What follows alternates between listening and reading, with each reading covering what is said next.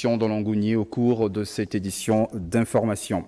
De retour à Libreville, les communautés chrétiennes ont également pris part aux différentes messes organisées ce jour pour rendre un hommage à tous les saints. Fabiola Mengue. Le 1er novembre de cette année n'a pas dérogé à la règle. En effet, la chrétienté a célébré la fête de la Toussaint. Cette solennité puise son contenu doctrinal dans le magistère de l'Église catholique romaine. Ainsi, l'abbé Dimitri Assumbe nous précise la signification. Chaque 1er novembre, l'Église célèbre ceux et celles qui ont été de vivants et lumineux témoins du Christ.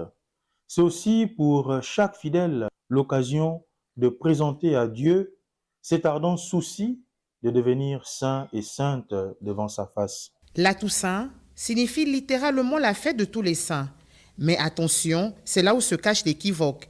Elle ne désigne pas uniquement la fête de tous les saints qui ont été officiellement canonisés par l'Église.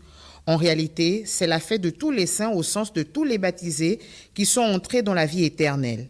À quoi renvoie donc la date du 2 novembre.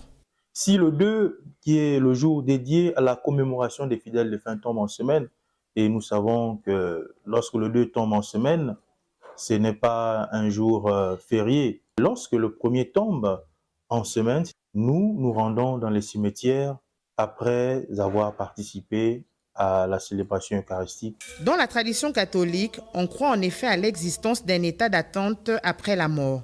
Il est incarné par le purgatoire. Les interrogatoires doivent être purifiés et lavés de tout ce qui les retient encore loin de Dieu. C'est à leur intention que l'on prie le 2 novembre. D'un point de vue doctrinal, la fête de la Toussaint qui célèbre la communion des saints le 1er novembre n'est pas à confondre avec la commémoration des défunts célébrée le 2 novembre.